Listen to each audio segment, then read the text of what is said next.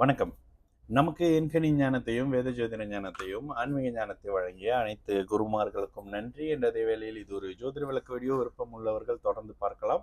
நமது 18UR YouTube சேனலை subscribe பண்ணியிருக்கின்ற அனைத்து ரசிகர்களுக்கும் நன்றிகள்.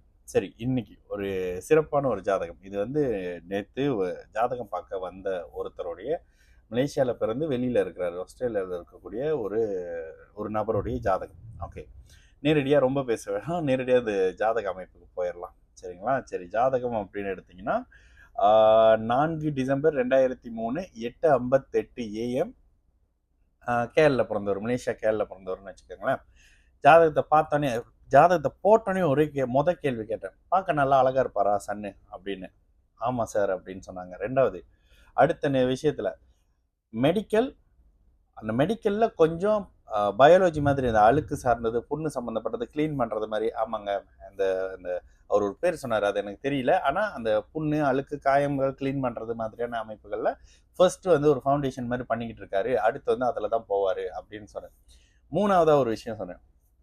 அவர் ஜாதகத்தை போட்டோன்னே அடுத்து 3 விஷயம் சொன்னது. ஓகேங்களா? அடுத்து மூன்றாவது ஒரு விஷயம், பிறந்ததுலேருந்து எல்லா விஷயமும் அவர் கேட்கறதுக்கு முன்னுக்கே கிடைச்சிடும். அப்படியே ஃபர்ஸ்ட் கிளாஸாக எல்லாம் கிடைக்கிற ஒரு அமைப்பு. இந்த அமைப்பில் எது அவர் கேட்குறாரோ இல்லையா, அது முதல்ல அவர் கிடைக்கக்கூடிய அமைப்பு இருக்குமே, அதுதான் சார் எங்கள் பயமாகவே இருக்குது அப்படின்னு சொன்னார். ஓகே, இந்த 3 விஷயத்த எதனை பேஸ் பண்ணி சொல்கிறீங்க அப்படின்ட்டு உங்களுக்கு ஒரு கேள்வி இருக்கணும். ஓகே, இந்த ஜாதகத்தோட ஒரு சிறப்பு என்ன அப்படின்னா, ஜாதகத்தில் பாருங்க, லக்னாதிபதி பலமாக வலுத்து இருக்கக்கூடிய மிகப்பெரிய ஒரு அளவுக்கு யோக ஜாதகம் தான். எதனை அடிப்படையில கொண்டுறோம்? ஓகே, ஜாதகத்தை பார்த்தீங்கன்னா தனுசு லக்னமாகி லக்னத்தில் புதன் திக்பலமாக இருந்து லக்னத்தில் சுக்கிரன் இருக்கிறாரு, லக்னத்துக்கு 3இல் செவ்வாய் இருக்கிறாரு, லக்னத்தில் 4ஆம் இடத்துல திக்பல அமைப்புல சந்திரன் இருக்காரு, 5ஆம் இடத்தில் குருவின் பார்வையை வாங்கின ராகு இருக்கிறாரு, 7ஆம் இடத்தில் திக்பலமான சனி இருக்கிறாரு, 9ஆம் இடத்தில் அதிநட்பு ஸ்தானத்துல இவர் இருக்காரு, யாரு, குரு இருக்கிறாரு. குரு லக்னத்தோட தொடர்பு கொள்றாரு. 11ஆம் பாவகத்தில் கேது இருக்கிறாரு, 12ஆம் பாவகத்தில் சூரியன் இருக்காரு. இது பார்த்த உடனே வளர்பிறை சந்திரன்.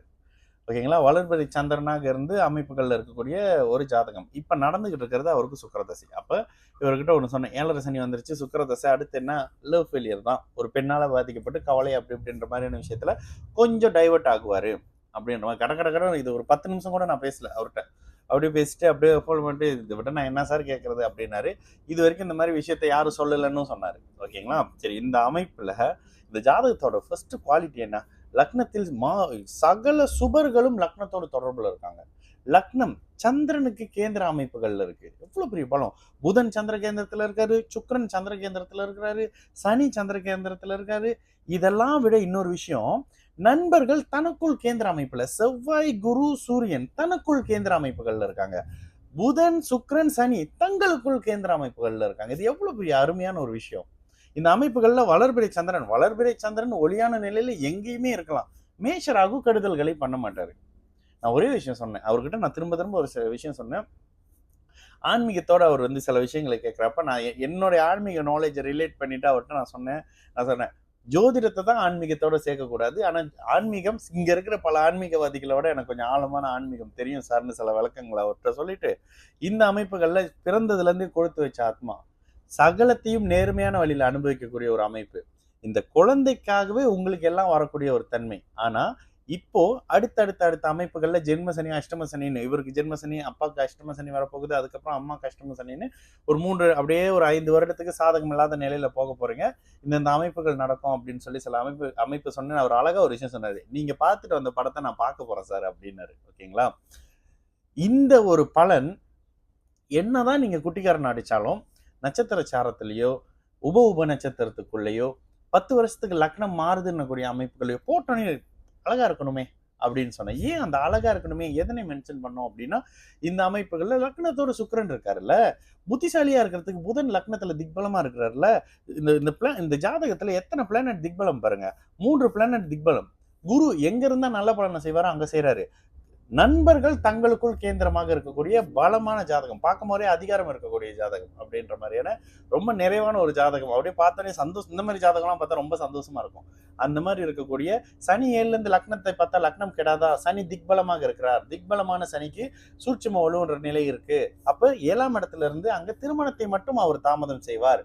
மற்ற அமைப்புகள்ல கடுமையான சுப அமைப்புல இருக்கக்கூடிய சனி என்ன பண்ணுவாரு, ஒரு மாதிரி நேர்மையான பிடிவாதத்தை கொடுப்பார். இதை நான் அவர்கிட்ட சொல்லல, உங்ககிட்ட சொல்றேன். நேர்மையான பிடிவாதத்தை கொடுப்பார். இந்த அமைப்புல இருக்கக்கூடிய பார்க்கும்போதே அப்படியே ஃபர்ஸ்ட் கிளாஸா இருக்கக்கூடிய மிகப்பெரிய உன்னத ஜாதகங்க.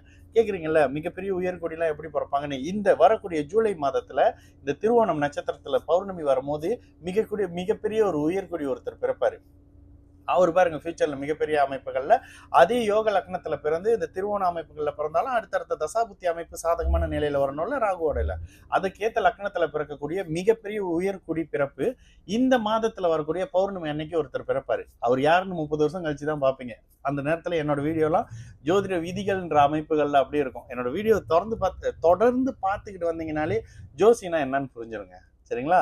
வேற ஒரு நல்ல வீடியோல சந்திக்கலாம். இந்த மாதிரியான ஜாதகம் பார்க்கும்போதே ஒளியாக இருக்கக்கூடிய ஜாதகத்தை கண்டிப்பா நிறைய எடுத்து கொடுக்குறேன். சரிங்களா? நல்லது நடக்கும். எல்லாரும் நல்லா இருப்போம். வணக்கம்.